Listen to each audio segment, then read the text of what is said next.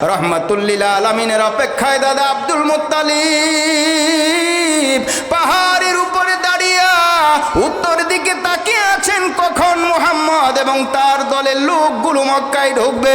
এদিকে Abdul Muttalib লক্ষ্য করে দেখেন পাহাড়ের উপরে দাঁড়িয়ে দেখতেছেন এই কাফেলার মধ্যে তিনজন লোক ছিল, দুইজন ফেরত এলো, একজনকে দেখা যায় না। আর একটু কাছাকাছি আসার পর রহমাতুল্লিল আলামিনকে দেখা যায়, উম্মে আইমানকে দেখা যায়, মা আমেনাকে দেখা যায় না। রহমাতুল্লিল আলামিনের দাদা দৌড়ায় কাছে যায় আর বলে, উম্মে আইমান, আমার পুত্রবধূ আমার মা আমেনা কোথায়? উম্মে আইমান বলে, মালিক আমার, আপনার পুত্রবধূ ওই জায়গায় কবর হয়েছে যেই জায়গায় আপনার সন্তান আব্দুল্লাহর কবর হয়েছে। রহমাতুল্লিল আলামিনকে জড়ায় ধরলেন আর বললেন, ভাই রে, তুমি কোনো চিন্তা করো না রে ভাই, তোমারও মা নাই, আমারও মা নাই, তোমারও বাবা নাই, আমারও বাবা নাই, তুমি কোনো চিন্তা করো না ভাই, দুই ভাই একসাথে থাকবো, কষ্টের সময় কষ্ট করব, দুঃখের সময় দুঃখ করব, সুখের সময় সুখ করব, কোনো চিন্তা করো না। এইভাবে করে আব্দুল মুত্তালিব রহমাতুল্লিল আলামিনকে লালন পালন করতেছে, আশ্রয় দিয়েছে। বলেন সুবহানাল্লাহ। আল্লাহ তাআলা বলেন, ওয়ালাকাদ যারানা লিজাহান্নামা কাসীরান। কাসীর মানে বেশি, বেশি, কালিল মানে কম। ওয়ালাকাদ যারানা লিজাহান্নামা কাসীরাম মিনাল জিন্নি ওয়াল ইনস। মানুষের মধ্য থেকে এবং জিনের মধ্য থেকেও বেশি সংখ্যকের জন্য আমি জাহান্নাম তৈরি করেছি। নাউজুবিল্লাহ বলেন। এই মাহফিল তার প্রমাণ। বেশি মানুষের জন্য আল্লাহ জাহান্নাম বানাইছেন, আর জান্নাতীর সংখ্যা হবে কম। জান্নাতীর সংখ্যা বেশি না কম? বেশি না কম? কার কথা? ওয়ালাকাদ যারানা লিজাহান্নামা কাসীরাম মিনাল জিন্নি ওয়াল ইনসি। মানব দানবের মধ্য থেকে বেশি সংখ্যক মানব এবং বেশি সংখ্যক দানবের জন্য আমি জাহান্নাম বানাইলাম। মুসলমান ভাই, আজকে যারা ঘরে শুয়ে আছে, মাহফিলের প্যান্ডেলে যারা আসতে পারে নাই, মাহফিলের প্যান্ডেলে যারা আসতে পারে নাই, আমার আল্লাহ বলেন বেশিরভাগ সংখ্যক মানব দানবের জন্য আমি জাহান্নাম তৈরি করলাম। আজকের মাহফিলে যারা এখনো আসতে পারে নাই, যারা ঘরের ভিতরে ঘুমায়, আল্লাহর দেওয়া হায়াতকে আমানত মনে না করে, নিজস্ব সম্পদ মনে করে যারা ঘরের ভিতরে ঘুমায়, ঘরের ভিতরে অবস্থান করে, মাহফিলের প্যান্ডেলে আসে না, আমি তাদের জিজ্ঞাসা করতে চাই, আল্লাহ তাআলার কথা যদি সত্য হয়, আমার আল্লাহ ডাক দিয়ে জানায় দেন, ওয়ালাকাদ যারানা লিজাহান্নামা কাসীরাম মিনাল জিন্নি ওয়াল ইনসি। বেশিরভাগ মানুষ, বেশিরভাগ জিনের জন্য আমি আল্লাহ জাহান্নাম বানাইলাম। আজকের এই মাহফিল প্রমাণ করে বেশিরভাগ মানুষগুলো আল্লাহর কথাকে বিশ্বাস করে না। জোরে বলেন ঠিক না বেঠিক? এ মুসলমান, যারা এখনো ঘরের মধ্যে ঘুমাও, কোত্থেকে এত বড় সাহস পাইলা? কে তোমার এই দুনিয়াতে থাকার জন্য এত সার্টিফিকেট দিয়েছে? তুমি মরবা না, তোমার ঘর থেকে তুমি যেতে হবে না, তোমার ঘরে তুমি চিরস্থায়ী হবে, তোমার ঘরেই তোমাকে রাখা হবে, মরবে না, কাজেই ঘর থেকে বের হইও না। আমি ডাক দিয়ে বলি, মুসলমান ভাই, ঘরের জায়গায় ঘর থাকবে, জায়গার জায়গায় জায়গা থাকবে, সব কিছু দুনিয়াতে থাকবে, শুধু আমি আর তুমি দুনিয়ায় থাকবো না। জোরে কোন ঠিক না বেঠিক? আমরা যদি চাই আমরা জাহান্নামী হব না। আমার আল্লাহ যে বলেছেন আমি বেশিরভাগ মানুষের জন্য জাহান্নাম বানাইলাম, বেশিরভাগ জিনের জন্য জাহান্নাম বানাইলাম, যদি আমরা চাই আমরা জাহান্নামী হব না, তাহলে আর দেরি করার কোনো সুযোগ নাই। আল্লাহর কথা পরিষ্কার, যদি জাহান্নামী হতে চাও আল্লাহর রহমত থেকে দূরে যাও, আর যদি জান্নাতি হতে চাও আল্লাহর রহমতে ঢুকে যাও। জোরে বলেন ঠিক না বেঠিক? ইয়া আইয়ুহাল্লাযীনা আমানু, ইয়া আইয়ুহান নাফসুল মুতমাইন্না, ইয়া আইয়াতুহান নাফসুল মুতমাইন্না। হে মুতমাইন্নার দল, ইরজিই ইলা রাব্বিকি রাদিয়াতাম মারদিয়া। আল্লাহ তাআলা যেখানে সন্তুষ্ট রাজি, তুমি সেখানে রাজি হয়ে যাও। ফাদখুলি ফি ইবাদি ওয়াদখুলি জান্নাতি, আমার এই সকল বান্দাদের শামিল হয়ে যাও, জান্নাতের ভিতরে চলে যাও। আল্লাহু আকবার। আমার প্রাণের ভাইরা, আমি এর চাইতে আর কিছু বেশি বলতে চাই না। আমি এটাই বলি যে আজকে আমাদের ঘরে বসে থাকার সুযোগ নাই।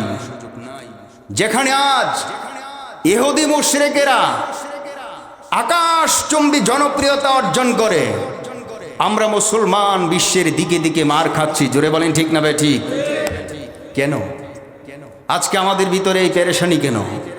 অন্য কোনো জাতি তো এতটা আঘাতপ্রাপ্ত হয় না, অন্য কোনো জাতি তো এত মার খায় না, অন্য কোনো জাতির তো এত টেনশন নাই।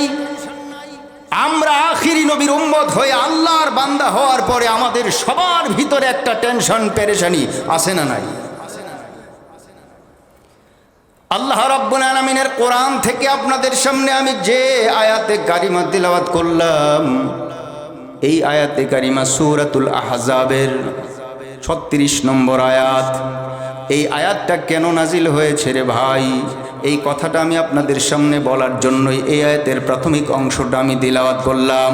আমার বক্তব্যের মূল কথা হলো, আজকে গোটা বিশ্বে আমরা যারা মুসলমান, আমাদের পেরেশানির মূল কারণ হলো আমরা এখনো নবীর খাঁটি উম্মত হতে পারি নাই। জোরে বলেন ঠিক না বেঠি?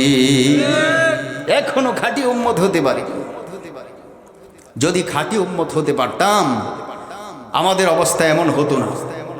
মসজিদগুলি ভরপুর থাকতো, মাহফিলগুলি ভরপুর থাকতো, আর দিনের মঞ্চগুলো জমজমাট হয়ে থাকতো। ঠিক না ভাই? ঠিক। আমি আজকে আপনাদের সামনে যে আলোচনাটা করব, তার মূল টপিক এটাই যে আজকে আমরা বিশ্বের বিভিন্ন জায়গায়, পৃথিবীর দিকে দিকে আমরা আজকে আঘাতপ্রাপ্ত, আমরা আজকে নিষ্পেষিত, আমরা আজকে টেনশনে ভুগি, মুসলমানেরা আজকে পেরেশানি ভুগতেছে। এর মূল কারণ কি? মূল কারণ হলো আমাদের ভিতরে আমরা এখনও নবীর খাঁটি উম্মত হতে পারি নাই, পরিপূর্ণভাবে আশিকে নবী হতে পারি নাই। জোরে বলেন ঠিক না বেঠি? যেখানে আল্লাহর মর্জি, যেখানে রাসূলের মর্জি, এর বাইরে যাওয়ার আমাদের আর কোনো সুযোগ নাই।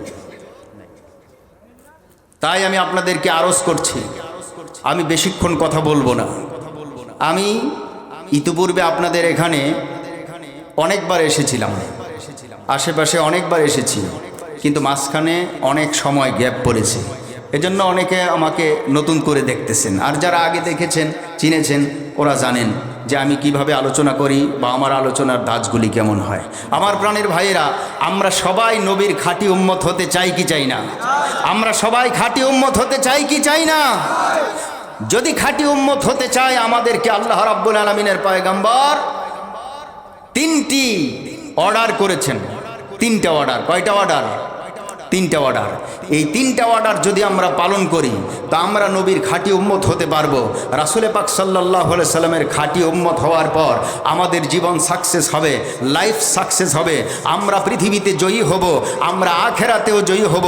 সমস্ত নবীর উম্মতদের সামনে আমাদেরকে নিয়ে আল্লাহ পাকের পয়গম্বর গর্ববোধ করবেন। জোরে বলেন সুবহানাল্লাহ।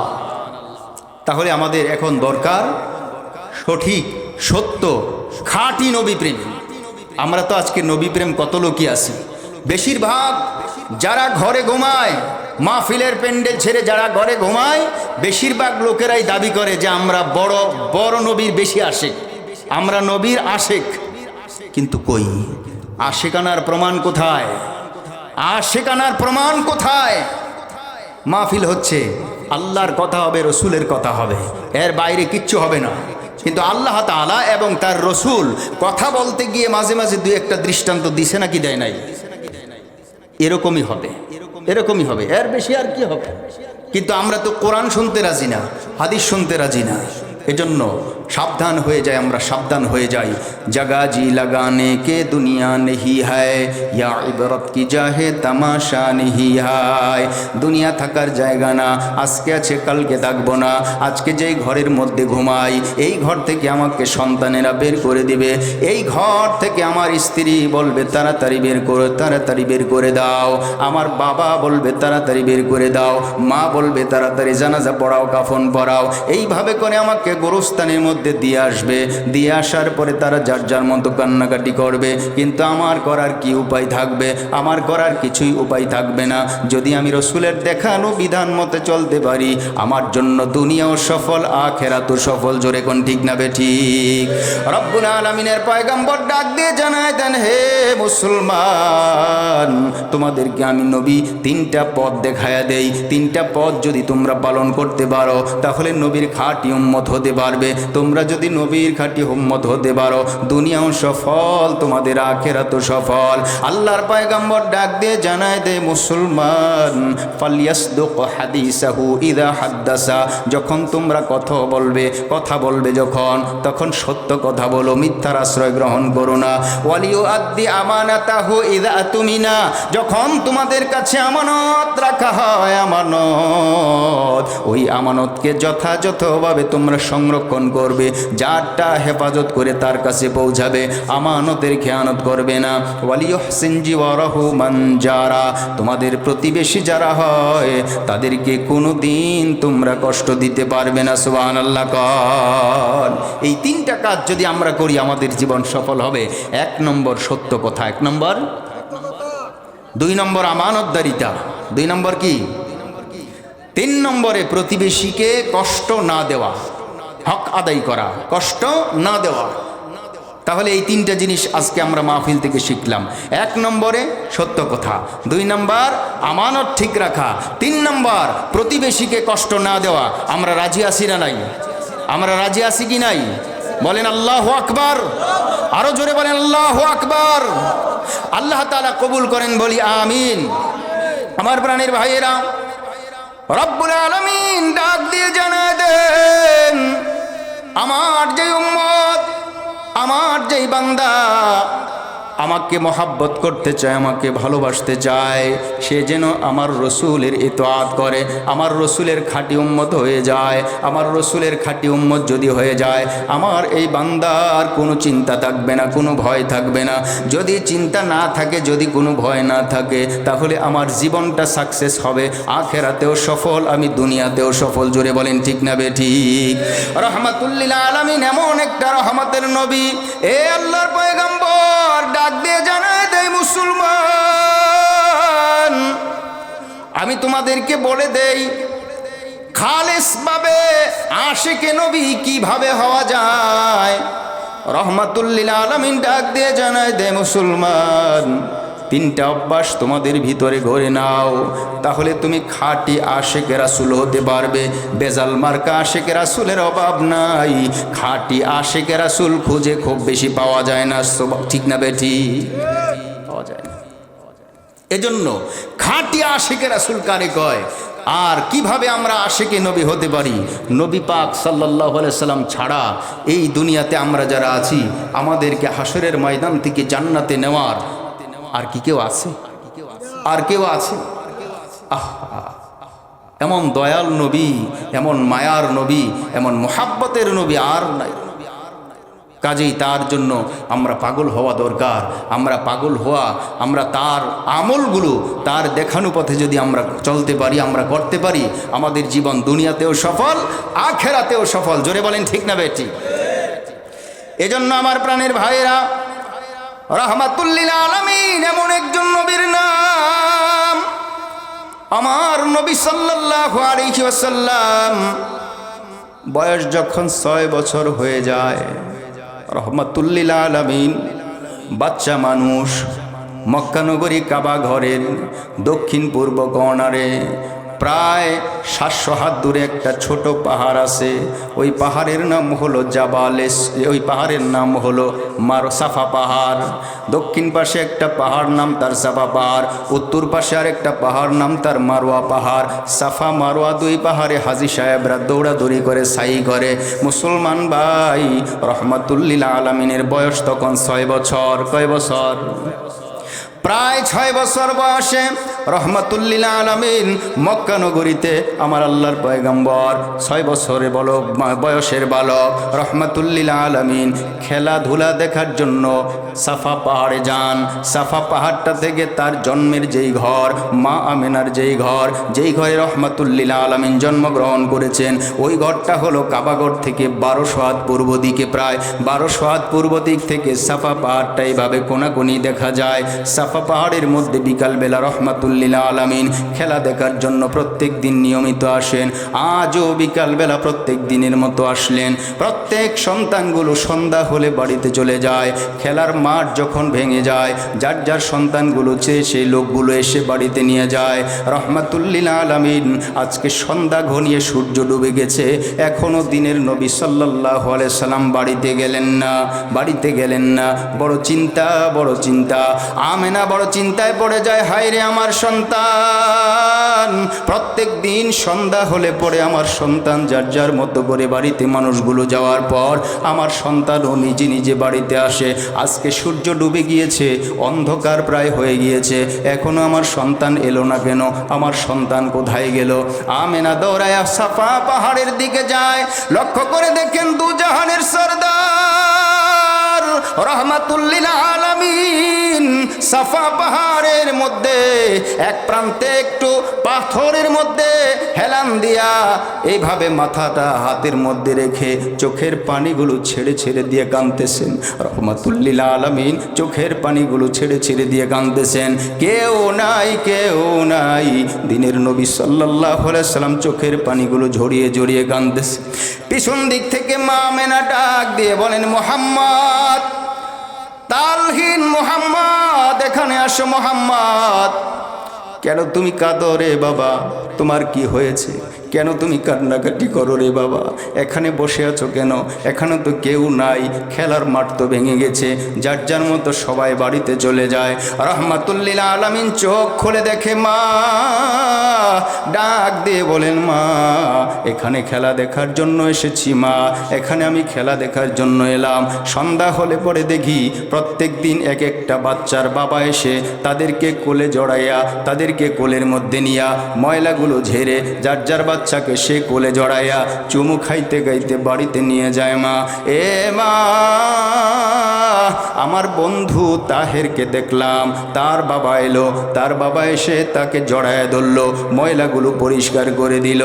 এ মা, তাকে কোলের মধ্যে জড়ায় ধরলো, কোলে কাখে নিল, কত চুমা দিল মা, হাত থেকে খেজুর বের কইরা তার মুখের মধ্যে দিয়ে দিল। ডাক দিয়ে কয়, মা আমার বাবা যদি থাকতো মা, এইভাবে করে আমাকেও তো খেজুর খুরমা দিয়া বাড়িতে নিয়ে যাইতো। এ মা, আমাকেও তো এইভাবে খেজুর খুরমা দিয়ে বাড়িতে নিয়ে যাইতো। আমার বাবা কোথায়? আমারও তো মনে চায় বাবার কোলে উঠতে গো মা। এ মা, আমার তো মনে চায় বাবার কোলে উঠতে। মা আমেনা ডাক দিয়ে বলেন, সন্তান চলো ঘরে যাই, ঘরে গিয়ে তোমার সাথে কথা হবে সন্তান। আমার রহমাতুল্লিল আলামিন ডেকে বলছে, মা ঘরে আর যাওয়ার দরকার নাই, যেই ঘরে আমি আমার বাবাকে দেখি না ওই ঘরে আমার মন বসে না। যেই ঘরে আমার বাবা নাই ওই ঘরে আমার গিয়ে আর কি লাভ? মা আমেনা ডাক দিয়ে বলেন, মুহাম্মদ ঘরে চলো রে বাবা, ঘরে চলো। 6 বছরের শিশু নবী ডেকে বলে, মা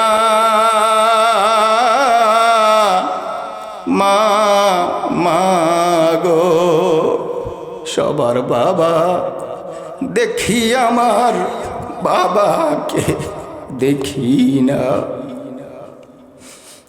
6 বছরের শিশু নবী মাকে বলে মা, মা গো, সবার বাবা দেখি আমার বাবাকে দেখি না। ও মা, তাহেরকে দেখিলাম মা, আসিয়া তার বাবা গো মা, আসিয়া তার বাবা আদর করে কোলে তুলে মুখে দিল খুরমা। মা, মা গো, সবার বাবা দেখি আমার বাবাকে দেখি না। আল্লাহু আকবার বলেন। এ মুসলমান ভাই, রহমাতুল্লিল আলামিনকে ওই দিন মা আমেনা জোর করে ঘরের মধ্যে নিয়ে যান। রহমাতুল্লিল আলামিনের দাদা আব্দুল মুত্তালিব ঘরের মধ্যে আছে, ছোট্ট ঘর। মৌলুদুন নবী যেই ঘরে রহমাতুল্লিল আলামিন জন্মগ্রহণ করছেন, ওই ঘরে নেওয়ার পর ডাক দিয়ে বলতেছে, হে মুহাম্মদ, তোমার দাদা আব্দুল মুত্তালিবের সাথে কথা বলো। মুত্তালিব বলছে, ভাই কি হয়েছে আমার কাছে বলো। রহমাতুল্লিল আলামিন ডাক দিয়ে বলেন, দাদা গো, ও দাদা, দুনিয়ার কত মানুষ বাবা দেখলো, আমি মুহাম্মদ বাবা তো দেখলাম না। আমার বাবা কোথায়? আমার বাবার ঠিকানা আমার দাও। আমার বাবার কোলে উঠব, বাবার কোলে ওঠার পর বাবার হাত থেকে খুরমা খাবো। এ দাদা, আমাকে বাবার ঠিকানা বলে দাও। ঠিক আছে ভাই, রাত্রে তুমি ঘুমাও, সকালবেলা তোমার বাবার ঠিকানা আমি তোমাকে দিয়ে দেব। এইভাবে করে সান্ত্বনা দেওয়ার চেষ্টা করলো। মা আমেনা ডাক দিয়ে বলেন, দুনিয়ার মানুষ জানো না, মুহাম্মদ রাতের বেলা ঘুমাইতে যায়, সারাটা রাত ছটফট করে কেটে যায়। আমাকে কিছুক্ষণ পর পর ডাক দিয়ে কয়, মা গো, এখন কি সকাল হয় নাই? এখনো কি রাত পোহায় নাই? এখনো কি বাবার কাছে যাওয়ার সময় হয় নাই মা?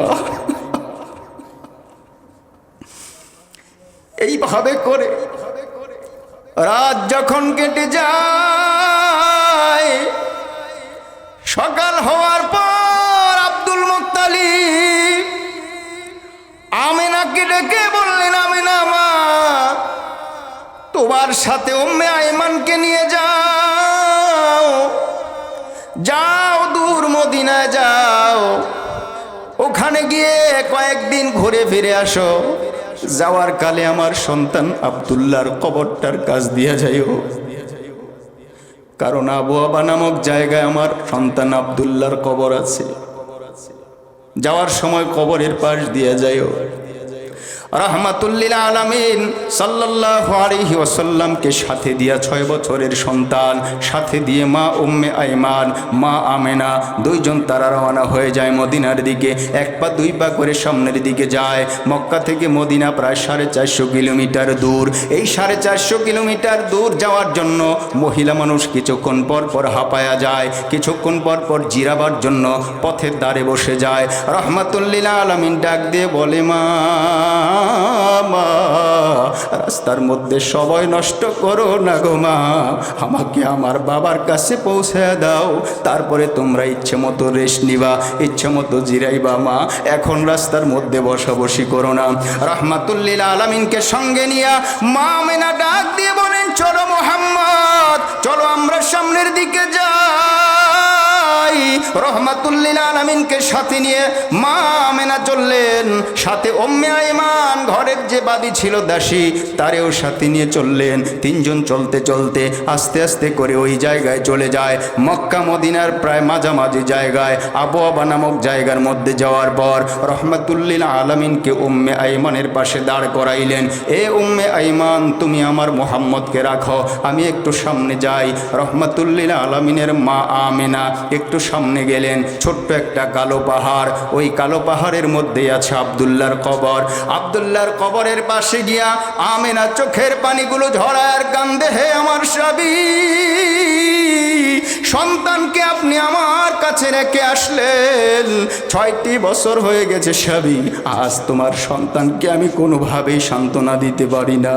স্বামী গো, তুমি তো ইন্তেকাল করে চলে আসছো, অসহ্য ব্যথার যন্ত্রণা আমি বুকে নিয়ে আজও দুনিয়াতে বেঁচে আছি স্বামী, তোমার সন্তানকে তো আমি কিছুভাবেই কোনোভাবেই বোঝাইতে পারি না। যাই হোক, সন্তানকে আর বুঝতে দেয় নাই, তারা মদিনায় চলে গেল। মদিনায় যাওয়ার পরে রহমাতুল্লিল আলামিন ভাবলেন এই বুঝি আমার বাবার সাথে দেখা হয়ে যাবে। রহমাতুল্লিল আলামিনকে মদিনায় কয়েকদিন রাখলেন। রহমাতুল্লিল আলামিন কিছুক্ষণ পর পর মাকে ডাক দিয়ে বলেন, মা, ভেবেছিলাম মদিনায় আসলে আমার বাবাকে দেখতে পাবো, মা তোমরাও বলেছিলাম মদিনায় আসলে আমার বাবাকে দেখতে পাবো, কোথায় আমার বাবাকে তো দেখতে পাইলাম না, আমার বাবাকে তো এখনো দেখতে পাইলাম না। আমেনা ডাক দিয়ে বলে, বাবা মোহাম্মদ শান্ত হও, হতে পারে অতি তাড়াতাড়ি তোমার সাথে দেখা হয়ে যাবে। এইভাবে কয়েকদিন কেটে যায়। রহমাতুল্লিল আলামিন ডাক দিয়ে কয়, মা, যেই শহরে আমার বাবা নাই ওই শহরে আমি থাকতে রাজি না। আল্লাহু আকবার। মা, এখানে আর আমি থাকতে রাজি না। মা, আমি এখানে কেন থাকবো, আমি তো বাবার জন্য এসেছিলাম। মা, রহমাতুল্লিল আলামিনকে সাথে নিয়ে আবার মক্কার দিকে রওনা দিল। মা আমেনা আর উম্মে আইমান এই দুইজন মক্কার দিকে রওনা দেয়। উল্টো পথে আসতে আসতে আবার সেই আগের জায়গা, আবওয়াবা নামক জায়গা, যেখানে আব্দুল্লাহর কবর রয়েছে। আব্দুল্লাহর কবরের পাশে আসার পর উম্মে আইমানের কাছে সন্তানটা দিল আমেনা, আর ডাক দিয়ে বলেন, উম্মে আইমান, আমার মোহাম্মদকে তোমার সাথে রাখো গো। উম্মে আইমান, আমি একটু সামনে যাই, আখিরি সালামটা দেই, বিদায়ী সালামটা দেই। আব্দুল্লাহর কবরের পাশে চলে গেলেন মা আমেনা। আমেনা ওইখানে যাওয়ার পর এইভাবে অজর দ্বারায় চোখের পানিগুলো ঝরায় ঝরায় কাঁদলেন।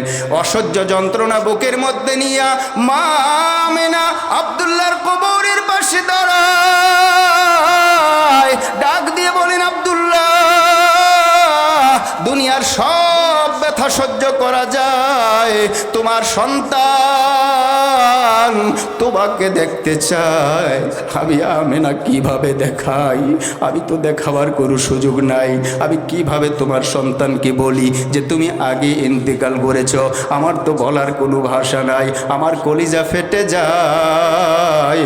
মা আমেনা চোখের পানিগুলো ঝরিয়ে ঝরিয়ে আল্লাহর দরবারে কাঁদতেছে। রব্বুল আলামিন ডাক দিয়ে বলেন, আজরাইল, আর দেরি করো না আজরাইল, আমার বন্ধু মুহাম্মদকে আজই এতিম করার জন্য তুমি রেডি হয়ে যাও।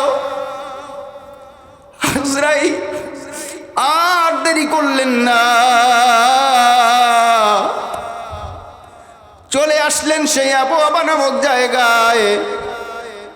আব্দুল্লাহর কবরের পাশে মা আমেনা কেমন যেন হেলে দুলে পড়ে যাচ্ছে। এই হাদিসটা সাহাবায়ে কেরামের সামনে রাহমাতুল্লিল আলামিন 40 বছর বয়স হওয়ার পর বয়ান করলেন। সাহাবীরা চোখ দিয়ে পানিগুলো ধরধর করে ছাড়তে লাগলেন। নবী আমার ডাক দিয়ে বলেন, হে সাহাবীর দল, ওই দিন আমি কিছু করতে পারি নাই, আমি বুঝতেও পারি নাই।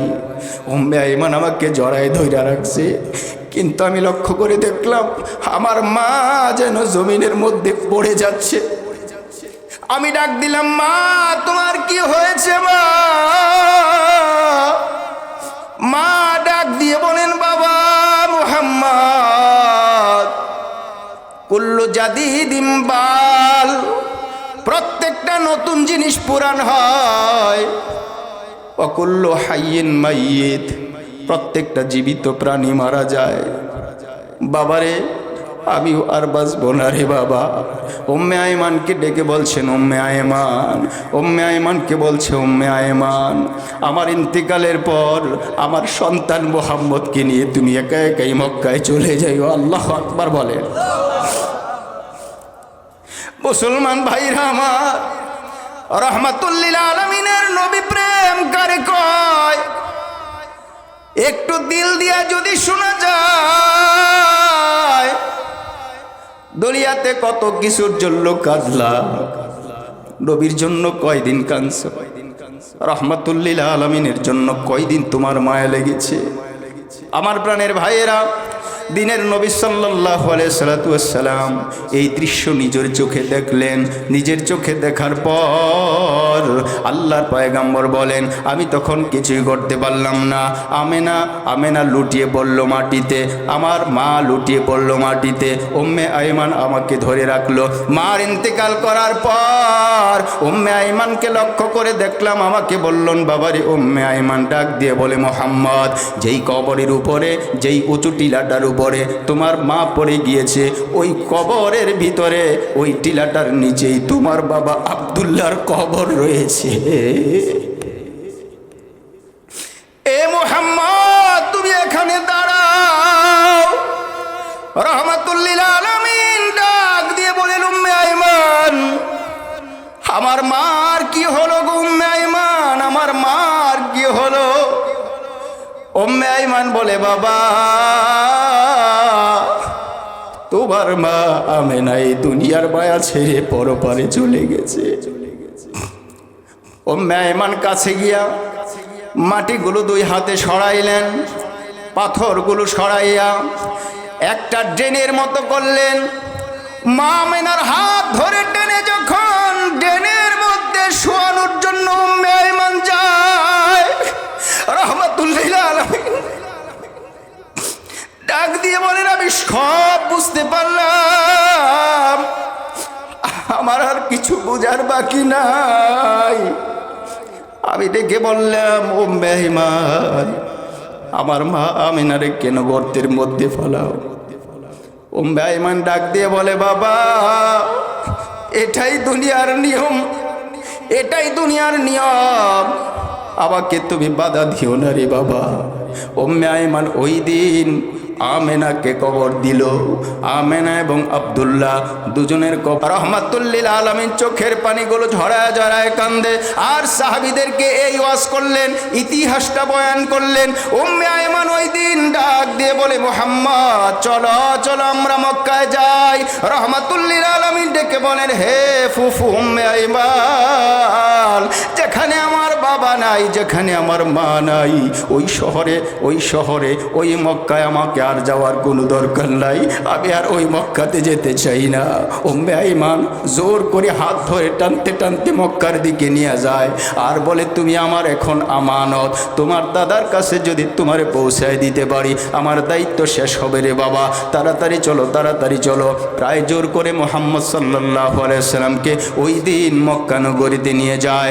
রহমাতুল্লিল আলামিনের অপেক্ষায় দাদা আব্দুল মুত্তালিব পাহাড়ের উপরে দাঁড়িয়ে উত্তর দিকে তাকিয়ে আছেন, কখন মুহাম্মদ এবং তার দলের লোকগুলো মক্কায় ঢুকবে। এদিকে আব্দুল মুত্তালিব লক্ষ্য করে দেখেন, পাহাড়ের উপরে দাঁড়িয়ে দেখতেছেন এই কাফেলার মধ্যে 3 জন লোক ছিল, 2 জন ফেরত এলো, একজনকে দেখা যায় না। আর একটু কাছাকাছি আসার পর রহমাতুল্লিল আলামিনকে দেখা যায়, উম্মে আইমানকে দেখা যায়, মা আমেনাকে দেখা যায় না। রহমাতুল্লিল আলামিনের দাদা দৌড়ায় কাছে যায় আর বলে, উম্মে আইমান, আমার পুত্রবধূ আমার মা আমেনা কোথায়? উম্মে আইমান বলে, মালিক আমার, আপনার পুত্রবধূ ওই জায়গায় কবর হয়েছে, যেই জায়গায় আপনার সন্তান আব্দুল্লাহর কবর হয়েছে। রহমাতুল্লিল আলামিনকে জড়ায় ধরলেন আর বললেন, ভাই রে, তুমি কোনো চিন্তা করো না রে ভাই, তোমারও মা নাই, আমারও মা নাই, তোমারও বাবা নাই, আমারও বাবা নাই, তুমি কোনো চিন্তা করো না ভাই, 2 ভাই একসাথে থাকবো, কষ্টের সময় কষ্ট করব, দুঃখের সময় দুঃখ করব, সুখের সময় সুখ করব, কোনো চিন্তা করো না। এইভাবে করে আব্দুল মুত্তালিব রহমাতুল্লিল আলামিনকে লালন পালন করতেছে, আশ্রয় দিয়েছে। বলেন সুবহানাল্লাহ।